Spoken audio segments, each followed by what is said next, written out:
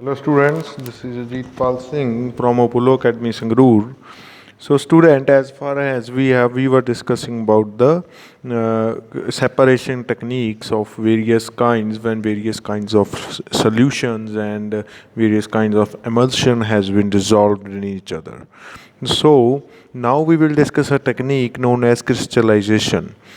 This crystallization technique is same as the evaporation technique, but there is a little difference between evaporation and crystallization.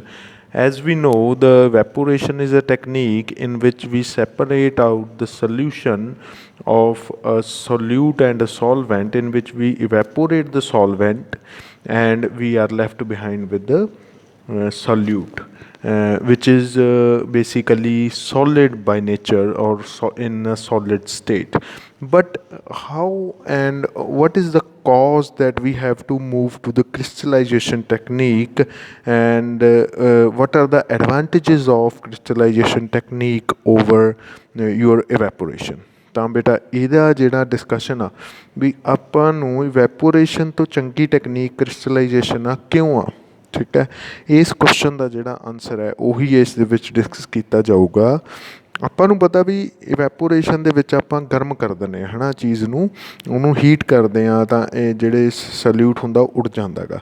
But ਕੀ ਹੁੰਦਾ ਜਦੋਂ ਆਪਾਂ ਇੱਕ sample ਬਣਾਉਣੇ ਆ, ਠੀਕ ਹੈ, ਆਪਾਂ ਕੋਈ ਕ੍ਰਿਸਟਲ ਹੈ ਜਿਹੜਾ ਉਹਨੂੰ ਆਪਾਂ ਪਾਣੀ ਦੇ ਵਿੱਚ ਘੋਲਦੇ ਹਾਂ ਸੋਲਵੈਂਟ ਦੇ ਵਿੱਚ, ਤਾਂ ਉਸ ਕ੍ਰਿਸਟਲ ਦੇ ਨਾਲ ਕੁਛ ਇੰਪਿਓਰਿਟੀਜ਼ ਵੀ ਹੁੰਦੀਆਂ ਨੇਗੀਆਂ, ਠੀਕ ਹੈ।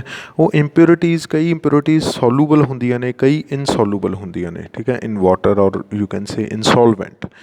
ਤਾਂ ਹੁਣ ਜਦੋਂ ਆਪਾਂ ਬੇਟਾ ਇਨਸੋਲੂਬਲ ਇੰਪਿਓਰਿਟੀਜ਼ ਨੇ ਜਿਹੜੀਆਂ ਉਹਨਾਂ ਨੂੰ ਕੱਢਣਾ ਗਾ, ਠੀਕ ਹੈ, ਕਿਉਂਕਿ ਸੋਲੂਬਲ ਇੰਪਿਓਰਿਟੀਜ਼ ਤਾਂ ਵਾਟਰ ਨਾਲ ਹੀ ਇਵੈਪੋਰੇਟ ਹੋ ਜਾਣਗੀਆਂ, ਜਾਂ ਫਿਰ ਕਈ ਵਾਰ ਕੀ ਹੁੰਦੀਆਂ ਨੇ ਉਹ ਮਤਲਬ ਕ੍ਰਿਸਟਲ ਦੇ ਉੱਤੇ ਚਿਪਕੀਆਂ ਰਹਿ ਜਾਂਦੀਆਂ ਨੇ ਜਿਹੜਾ ਆਪਣੇ ਕੋਲ ਸੋਲਿਊਟ ਰਹੂਗਾ। ਤਾਂ ਉਸੇ ਚੀਜ਼ ਨੂੰ ਹਟਾਉਣ ਵਾਸਤੇ ਆਪਾਂ ਕ੍ਰਿਸਟਲਾਈਜੇਸ਼ਨ ਟੈਕਨੀਕ ਯੂਜ਼ ਕਰਾਂਗੇ, ਜਿਹਦੇ ਵਿੱਚ ਆਪਾਂ ਸੋਲੂਬਲ ਐਜ਼ ਵੈਲ ਐਜ਼ ਇਨਸੋਲੂਬਲ ਇੰਪਿਓਰਿਟੀਜ਼ ਨੇ ਜਿਹੜੀਆਂ ਉਹਨਾਂ ਨੂੰ ਕ੍ਰਿਸਟਲ ਤੋਂ ਬਿਲਕੁਲ ਅਲੱਗ ਕਰ ਦਾਂਗੇ। ਇਸ ਦਾ ਮਤਲਬ ਇਵੈਪੋਰੇਸ਼ਨ ਟੈਕਨੀਕ ਤੋਂ ਜਿਹੜੀ ਕ੍ਰਿਸਟਲਾਈਜੇਸ਼ਨ ਟੈਕਨੀਕ ਆ ਉਹ ਜ਼ਿਆਦਾ ਚੰਗੀ ਆ, ਕਿਉਂਕਿ ਇਸ ਦੇ ਨਾਲ ਆਪਾਂ ਨੂੰ ਪਿਓਰ ਕ੍ਰਿਸਟਲ ਮਿਲ ਜਾਂਦੇ ਨੇ, ਠੀਕ ਹੈ। ਤਾਂ ਆਪਾਂ ਰੀਡਿੰਗ ਕਰਨੀ ਸ਼ੁਰੂ ਕਰਦੇ ਹਾਂ ਬੇਟਾ। ਇਹ ਤਾਂ ਇਹਦਾ ਓਵਰਵਿਊ ਸੀਗਾ। Now we will start to read that this is the most common used technique for purifying inorganic or organic solids। ਦੇਖੋ solids ਨੂੰ purify ਕਰਨ ਲਈ ਇਹ ਸਭ ਤੋਂ ਜ਼ਿਆਦਾ ਚੰਗੀ ਟੈਕਨੀਕ ਮੰਨੀ ਜਾਂਦੀ ਆ।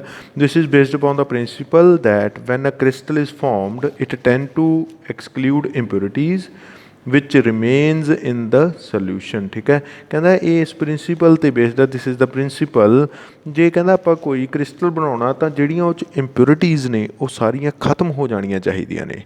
Let us explain the process of crystallization by taking an example of purification of impure copper sulfate। ਇਸ ਦੇ ਵਿੱਚ ਬੇਟਾ ਆਪਾਂ impure copper sulfate ਦਾ ਇੱਕ ਸੋਲਿਊਸ਼ਨ ਬਣਾਵਾਂਗੇ ਪਹਿਲਾਂ, ਠੀਕ ਹੈ, ਫਿਰ ਉਹ 'ਤੇ ਕ੍ਰਿਸਟਲਾਈਜੇਸ਼ਨ ਟੈਕਨੀਕ ਲਾਵਾਂਗੇ। ਉਦੋਂ ਬਾਅਦ ਆਪਾਂ ਦੇਖਾਂਗੇ advantages of crystallisation over evaporation. Take about 5 ml of impure copper sulfate and dissolve it in minimum amount of water in a china dish। ਬਹੁਤ ਘੱਟ ਅਮਾਊਂਟ 'ਚ ਬੇਟਾ ਇਹਨੂੰ ਡਿਜ਼ੋਲਵ ਕਰਨਾ, ਠੀਕ ਹੈ, ਤਾਂ ਕਿ ਆਪਣੇ ਕੋਲ ਸੈਚੂਰੇਟਡ ਸੋਲਿਊਸ਼ਨ ਆ ਜਿਹੜਾ ਉਹ ਜਲਦੀ ਬਣ ਸਕੇ। The solution in the filtrate to remove insoluble and suspended impurities, ਠੀਕ ਹੈ। ਫਿਰ ਆਪਾਂ ਉਹਨੂੰ ਫਿਲਟਰ ਕਰਾਂਗੇ, ਫਿਲਟਰ ਸੋਲਿਊਸ਼ਨ ਕਰਤਾ ਤਾਂ ਕਿ ਉਹਦੇ ਵਿੱਚ ਜਿਹੜੀਆਂ ਇਨਸੋਲੂਬਲ ਇੰਪਿਓਰਿਟੀਜ਼ ਨੇ ਅਤੇ ਸਸਪੈਂਡਡ ਇੰਪਿਓਰਿਟੀਜ਼ ਨੇ ਉਹ ਬਾਹਰ ਨਿਕਲ ਜਾਣ। Therefore the filtrate is evaporated in the China dish so as to get a saturated solution. ਉਦੋਂ ਬਾਅਦ ਆਪਾਂ ਕੀ ਕਰਾਂਗੇ, thereafter the filtrate is evaporated, ਉਸ ਤੋਂ ਬਾਅਦ ਆਪਾਂ ਜਿਹੜਾ ਫਿਲਟਰੇਟ ਬਣਿਆ, ਇਹਦੇ ਨੀਚੇ ਫਿਲਟਰੇਟ ਬਣਿਆ ਨਾ, ਇਹ ਫਿਲਟਰੇਟ ਆ ਜਿਹੜਾ ਇਹ ਕੀ ਆ ਹੁਣ, ਇਹ ਇੱਕ ਪਿਓਰ ਸੋਲਿਊਸ਼ਨ ਆ, ਠੀਕ ਹੈ, ਕਾਪਰ ਸਲਫੇਟ ਦਾ ਅਤੇ ਵਾਟਰ ਦਾ, ਜਿਸ ਵਿੱਚੋਂ ਇਨਸੋਲੂਬਲ ਇੰਪਿਓਰਿਟੀਜ਼ ਨੇ ਜਿਹੜੀਆਂ ਉਹ ਬਾਹਰ ਹੋ ਚੁੱਕੀਆਂ ਨੇ ਬੇਟਾ, ਠੀਕ ਹੈ। ਇਹ ਫਿਲਟਰੇਟ ਨਾਓ ਇਹਨੂੰ ਆਪਾਂ ਇੱਥੇ ਇਵੈਪੋਰੇਟ ਕਰਾਂਗੇ, ਠੀਕ ਹੈ, to get a saturated solution. ਇਹਨੂੰ ਆਪਾਂ ਪੂਰੀ ਤਰ੍ਹਾਂ ਇਵੈਪੋਰੇਟ ਨਹੀਂ ਕਰਾਂਗੇ, ਆਪਾਂ ਇੰਨਾ ਕੁ ਇਵੈਪੋਰੇਟ ਕਰਾਂਗੇ ਤਾਂ ਕਿ ਆਪਾਂ ਨੂੰ ਇੱਕ ਸੈਚੂਰੇਟਡ ਸੋਲਿਊਸ਼ਨ ਮਿਲ ਜੇ, ਮਤਲਬ ਇੱਕ ਇਸ ਤਰ੍ਹਾਂ ਦਾ ਇੱਕ ਗਾੜਾ ਜਿਹਾ ਸੋਲਿਊਸ਼ਨ ਮਿਲ ਜੇ, ਠੀਕ ਹੈ ਬੇਟਾ। ਦ hot saturated solution thus obtained is allowed to stand undisturbed for a few hours. ਠੀਕ ਹੈ, ਫਿਰ ਆਪਾਂ ਜਿਹੜਾ ਉਹ ਸੋਲਿਊਸ਼ਨ ਆ ਉਹਨੂੰ ਅਨਡਿਸਟਰਬ ਰੱਖ ਦਾਂਗੇ, ਮਤਲਬ ਬਿਲਕੁਲ ਨਹੀਂ ਹਿਲਾਵਾਂਗੇ। ਉਹ ਗਰਮ ਵੀ ਆ ਅਤੇ ਉਹ ਸੈਚੂਰੇਟਡ ਵੀ ਆ for some hours when crystals of pure copper sulphate separate out. ਉਦੋਂ ਬਾਅਦ ਕੀ ਹੋਊਗਾ, ਜਿਹੜੇ ਪਿਓਰ ਕਾਪਰ ਸਲਫੇਟ ਦੇ ਕ੍ਰਿਸਟਲਸ ਨੇ ਉਹ ਸੈਪਰੇਟ ਆਊਟ ਹੋ ਜਾਣਗੇ, ਉਹ ਨੀਚੇ ਲੱਗ ਜਾਣਗੇ। ਠੀਕ ਹੈ, ਇਸ ਦੇ ਵਿੱਚ ਸਲਿਊਟ ਆ ਜਿਹੜਾ ਸੋਲਵੈਂਟ ਆ ਉਹ ਉੱਪਰ ਰਹਿ ਜੂਗਾ ਅਤੇ ਸਲਿਊਟ ਆ ਜਿਹੜਾ ਉਹ ਨੀਚੇ ਆ ਜੂ, ਮਤਲਬ ਇੱਥੇ ਪਿਓਰ ਕ੍ਰਿਸਟਲ ਆ ਜਾਣਗੇ ਕਾਪਰ ਸਲਫੇਟ ਦੇ। These crystals are separated by filtration through an ordinary funnel। ਉਦੋਂ ਬਾਅਦ ਆਪਾਂ ਕੀ ਕਰਾਂਗੇ, ਇਸ ਨੂੰ ਜਦੋਂ ਇਹ ਨੀਚੇ ਲੱਗ ਜੂਗਾ ਨਾ ਤਾਂ ਆਪਾਂ ਉਹਨੂੰ ਕਿਸੇ ਆਰਡੀਨਰੀ ਫਨਲ ਦੇ ਉੱਤੇ ਜਿਵੇਂ ਇਸ ਤਰ੍ਹਾਂ ਨਾਲ ਉਹਨੂੰ ਆਪਾਂ ਅਲੱਗ ਕਰ ਸਕਦੇ ਹਾਂ। ਦੁਬਾਰਾ ordinary funnel as shown in figure and filtrate left out separation of crystal is called mother liquor. ਅਤੇ ਜਿਹੜਾ ਫਿਲਟਰੇਟ ਨਿਕਲੂਗਾ ਨੈਕਸਟ ਫਿਲਟਰੇਟ, ਠੀਕ ਹੈ, ਨੈਕਸਟ ਫਿਲਟਰੇਟ ਲਿਕੁਅਡ ਉਹਨੂੰ ਆਪਾਂ ਮਦਰ ਲਿਕੁਅਡ ਕਹਾਂਗੇ। ਉਹ ਮਤਲਬ ਇਹਦੇ ਉੱਪਰ ਕੀ ਆ, pure crystal of copper sulphate ਆ ਜਾਣਗੇ। ਦੇਖੋ ਇਹ 'ਚ ਆਪਾਂ 2 ਵਾਰ ਫਿਲਟਰੇਸ਼ਨ ਕੀਤੀ ਆ। ਠੀਕ ਹੈ, ਇੱਕ ਵਾਰ ਤਾਂ ਆਪਾਂ ਪਹਿਲਾਂ ਫਿਲਟਰੇਟ ਕੀਤਾ, ਠੀਕ ਹੈ, ਉਹ ਫਿਲਟਰੇਟ ਤੋਂ ਆਪਣੇ ਕੋਲ ਜਿਹੜੀਆਂ ਇਨਸੋਲੂਬਲ ਇੰਪਿਓਰਿਟੀਜ਼ ਨੇ ਉਹ ਬਾਹਰ ਨਿਕਲ ਚੁੱਕੀਆਂ।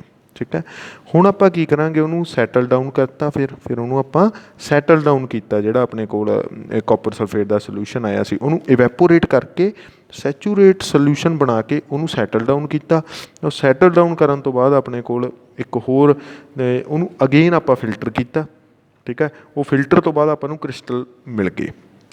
ਜਾਂ ਫਿਰ ਕਹਿੰਦਾ ਆਪਾਂ ਕੀ ਕਰਾਂਗੇ ਬੇਟਾ, ਕਈ ਵਾਰ ਕੀ ਹੁੰਦਾ ਉਹ ਜਿਹੜਾ ਫਿਰ ਮਦਰ ਲਿਕੁਅਰ ਹੁੰਦਾ ਇਹਦੇ ਵਿੱਚ ਵੀ ਕੁਛ ਕ੍ਰਿਸਟਲ ਬਾਕੀ ਰਹਿ ਜਾਂਦੇ ਨੇ, ਫਿਰ ਆਪਾਂ ਇਹਨੂੰ ਸੰਕਸ਼ਨ ਪੰਪ ਨਾਲ ਬਾਹਰ ਕੱਢਾਂਗੇ। Round filter paper is folded, round filter paper is folded as shown in figure. ਇਸ ਤਰ੍ਹਾਂ ਨਾਲ ਉਹਦਾ ਕੋਨਿਕਲ ਸ਼ੇਪ ਬਣਾ ਲਈ ਜਾਂਦੀ ਆ and converted into a cone as shown in figure. The filter paper comes cone is tend to fixed in the funnel and filtration is carried out as shown in the figure। Sometime the filtration process is very slow। ਇਹਨੂੰ ਟਿਕ ਕਰੋ, ਇਹ ਮੈਂ ਤੁਹਾਨੂੰ ਦਊਂਗਾ ਜਦੋਂ notes ਦੇ ਵਿੱਚ ਇਹ ਚੀਜ਼ ਯਾਦ ਰੱਖਣੀ ਆਪਾਂ। ਕਹਿੰਦਾ ਕਈ ਵਾਰ ਜਿਹੜੀ ਇਹ ਫਿਲਟਰੇਸ਼ਨ ਉਹ ਬਹੁਤ ਸਲੋ ਹੁੰਦੀ ਆ। ਉਹ ਸਲੋ ਬੇਟਾ ਕਿਉਂ ਹੁੰਦੀ ਆ, ਉਹ ਸਲੋ ਇਸ ਕਰਕੇ ਹੁੰਦੀ ਆ ਕਿਉਂਕਿ ਉਹ ਜਿਹੜੇ ਕਾਪਰ ਸਲਫੇਟ ਦੇ ਕ੍ਰਿਸਟਲ ਨੇ ਉਹਨਾਂ ਦਾ ਸਾਈਜ਼ ਬਹੁਤ ਵੱਡਾ ਹੁੰਦਾ ਅਤੇ ਉਹਨਾਂ ਦਾ ਸਾਈਜ਼ ਵੱਡਾ ਹੋਣ ਕਰਕੇ ਜਦੋਂ ਆਪਾਂ ਇਹਦੇ ਵਿੱਚੋਂ ਨੀਚੇ ਮਦਰ ਲਿਕੁਅਰ ਨੂੰ ਕੱਢਣਾ ਚਾਹੁੰਦੇ ਹਾਂ ਤਾਂ ਉਹ ਟਾਈਮ ਲੱਗਦਾ ਉਹਦੇ ਵਿੱਚ। ਠੀਕ ਹੈ, is very slow and take a lot of time. In such cases filtration is carried out under reduced pressure using a Buchner funnel and water solution pump, water suction pump as shown in figure, as shown in figure, sorry, as shown in figure 2.14। ਇਹ ਬੇਟਾ ਅੱਗੇ ਹੈ, ਇਹ ਜਿਹੜੀ figure ਹੈ ਨਾ ਇਹ ਅਗਲੇ ਪੇਜ 'ਤੇ ਆ। ਇਸ ਤਰ੍ਹਾਂ ਨਾਲ ਨਾ ਸੰਕਸ਼ਨ ਪੰਪ ਹੁੰਦਾ ਗਾ। ਠੀਕ ਹੈ, ਇਹਦੇ ਵਿੱਚ ਕੀ ਆ, ਉੱਪਰ ਕ੍ਰਿਸਟਲ ਆ ਜਾਣਗੇ। ਠੀਕ ਹੈ ਬੇਟਾ, ਇਹਦੇ ਵਿੱਚੋਂ ਨਾ ਇਹ ਹਵਾ ਨੂੰ ਬਾਹਰ ਖਿੱਚੂਗਾ। ਸੰਕਸ਼ਨ ਪੰਪ ਆ, ਹਵਾ ਨੂੰ ਬਾਹਰ ਖਿੱਚੂ ਤਾਂ ਜ਼ਿਆਦਾ ਤੋਂ ਜ਼ਿਆਦਾ ਇੱਥੇ ਕੀ ਪੈਦਾ ਹੋਊ, ਵੈਕਿਊਮ ਪੈਦਾ ਹੋਊਗਾ।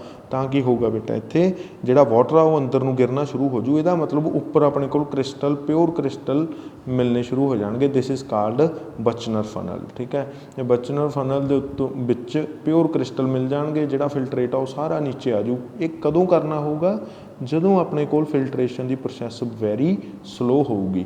ਦਿਸ ਇਜ਼ ਨੋਟ ਇੰਪੋਰਟੈਂਟ, ਮਤਲਬ ਇਹ ਕੀ ਹੈ, ਇਹ ਜਿਹੜਾ ਟੈਕਨੀਕ ਹੈ ਨਾ ਇਹ ਤੁਸੀਂ ਲੈਬਸ ਦੇ ਵਿੱਚ ਬਹੁਤ ਯੂਜ਼ ਕਰੋਗੇ, ਫਿਲਹਾਲ ਨਹੀਂ ਯੂਜ਼ ਕਰਦੇ। ਇਹ ਜਦੋਂ ਤੁਸੀਂ ਵੱਡੇ ਹੋਏ ਨਾ ਉਦੋਂ ਜੇ ਤੁਸੀਂ BSc ਕਰੋਗੇ ਵਗੈਰਾ ਕਰੋਗੇ ਤਾਂ ਉਦੋਂ ਤੁਹਾਨੂੰ ਲੈਬ ਦੇ ਵਿੱਚ ਇਹ ਕਾਫੀ ਯੂਜ਼ਫੁਲ ਇੱਕ ਟੈਕਨੀਕ ਹੈ। ਠੀਕ ਹੈ, ਹੁਣ ਨਹੀਂ ਹੈਗੀ। ਹੁਣ ਆਪਾਂ ਇਹਦਾ ਜਿਹੜਾ ਕੁਐਸਚਨ ਬਣਦਾ ਬੇਟਾ, ਆਪਾਂ ਕੁਐਸਚਨ ਦੇਖਦੇ ਹਾਂ, ਕੁਐਸਚਨ ਨੂੰ ਸੋਲਵ ਕਰਨਾ ਕਿਵੇਂ ਆਪਾਂ। ਠੀਕ ਹੈ, ਜਿਹੜਾ ਪੇਪਰ ਦੇ ਵਿੱਚ ਕੁਐਸਚਨ ਬਣਦਾ ਉਹ ਬਣਦਾ advantages of crystallisation over evaporation. Evaporation ਦੇ ਉੱਤੇ ਕ੍ਰਿਸਟਲਾਈਜੇਸ਼ਨ ਦੀਆਂ ਕੀ ਐਡਵਾਂਟੇਜਸ ਨੇ। ਠੀਕ ਹੈ, ਵੀ why crystallisation is preferred rather than evaporation. ਤਾਂ ਉਹਦੇ ਵਿੱਚ ਬੇਟਾ 2 ਚੀਜ਼ਾਂ ਨੇ। During evaporation solution is heated to dryness. During the heat treatment some solid may decompose or some solid like sugar may charred. ਠੀਕ ਹੈ, ਕਾਲਾ ਹੋ ਜਾਂਦਾ। ਚੈਰਡ ਦਾ ਮਤਲਬ ਕੀ ਹੁੰਦਾ, ਕਾਲਾ। ਕਈ ਵਾਰ ਤਾਂ ਕਾਲਾ ਹੋ ਜਾਂਦਾ, ਕਈ ਵਾਰ ਡੀਕੰਪੋਜ਼ ਹੋ ਜਾਂਦਾ। ਕਹਿੰਦਾ ਨੈਕਸਟ ਉਹ ਬੋਲ ਰਿਹਾ both evaporation and crystallisation of the solution of the impure solid is prepared in a water or any other suitable solvent। ठीक है, the solution is then filtered to remove insoluble and suspended impurities। However, some soluble impurities may still be present after filtration, ठीक है। कहना इनसੋਲੂਬਲ ਤਾਂ ਆਪਾਂ ਇੱਕ ਵਾਰ ਕੱਢ ਲਈਆਂ ਉਹਨਾਂ ਨੂੰ ਫਿਲਟਰੇਟ ਕਰਕੇ, ਕਹਿੰਦਾ ਕਈ ਵਾਰ soluble impurities ਉਹਦੇ ਵਿੱਚ ਹੀ ਰਹਿ ਜਾਂਦੀਆਂ ਨੇ। therefore when such a solution is evaporated the impurity get deposit along with the solid।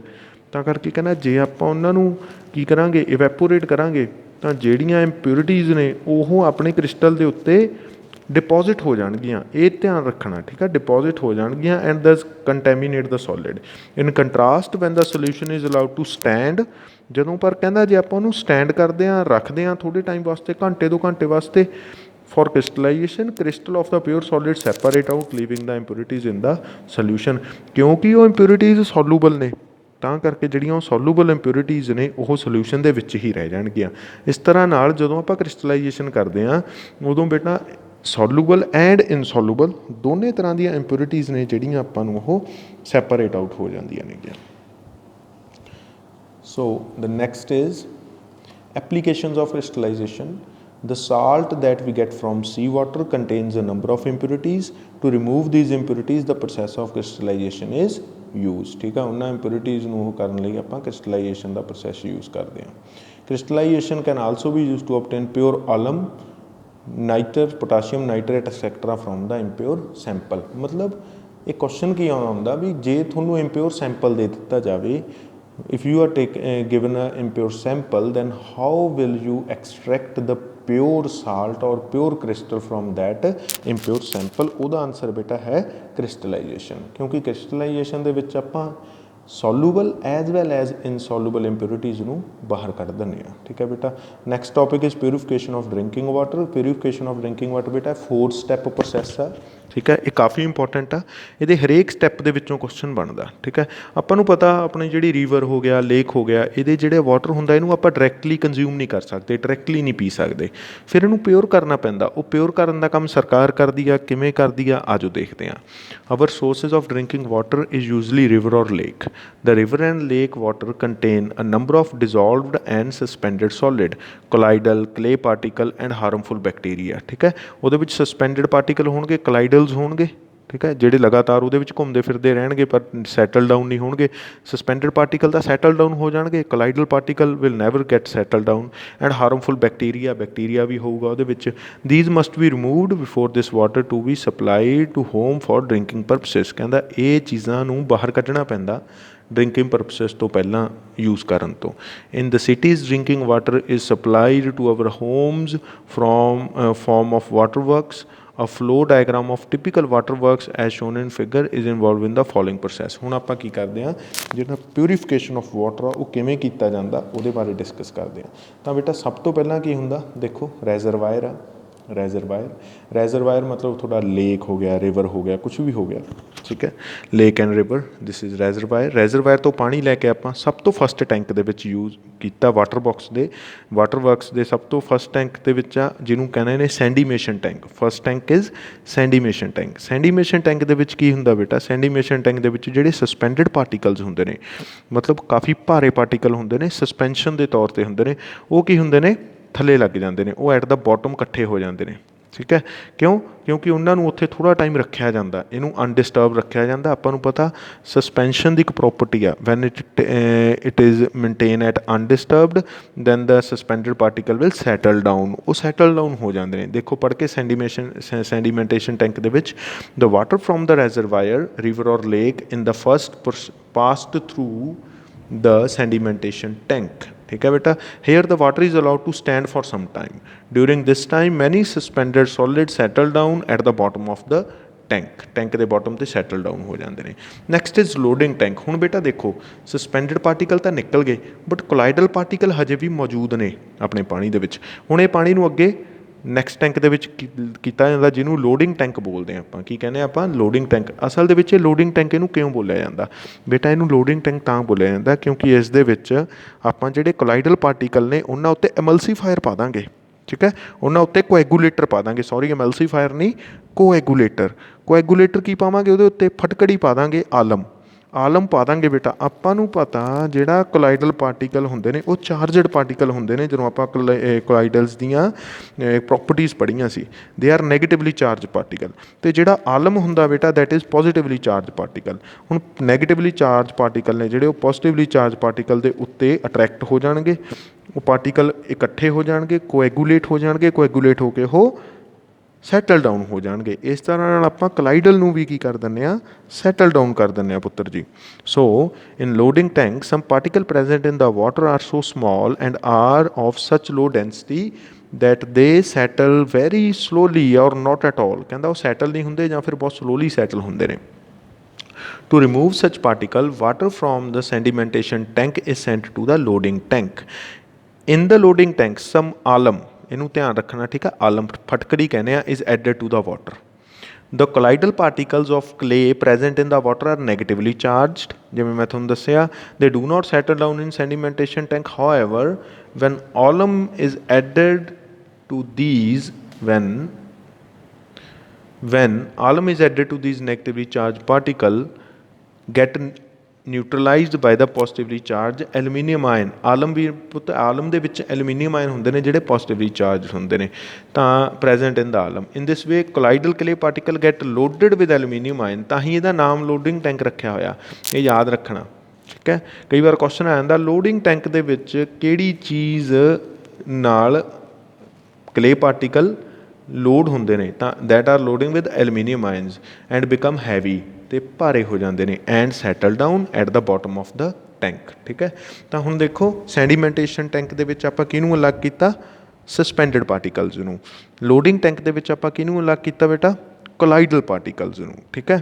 Now next is filtration tank. ਹੁਣ ਕੀ ਕਰਨਾ ਆਪਾਂ, ਫਿਲਟਰੇਸ਼ਨ ਕਰਨੀ ਆ ਉਹਨਾਂ ਦੀ। ਫਿਲਟਰੇਸ਼ਨ ਦੇ ਵਿੱਚ ਕੀ ਆ, ਫਿਲਟਰੇਸ਼ਨ ਟੈਂਕ ਦੇ ਵਿੱਚ ਕੀ ਹੁੰਦਾ ਬੇਟਾ, ਫਿਲਟਰੇਸ਼ਨ ਟੈਂਕ ਦੇ ਵਿੱਚ ਆਪਾਂ ਨੈਚੁਰਲ ਥਿੰਗ ਯੂਜ਼ ਕਰਦੇ ਹਾਂ।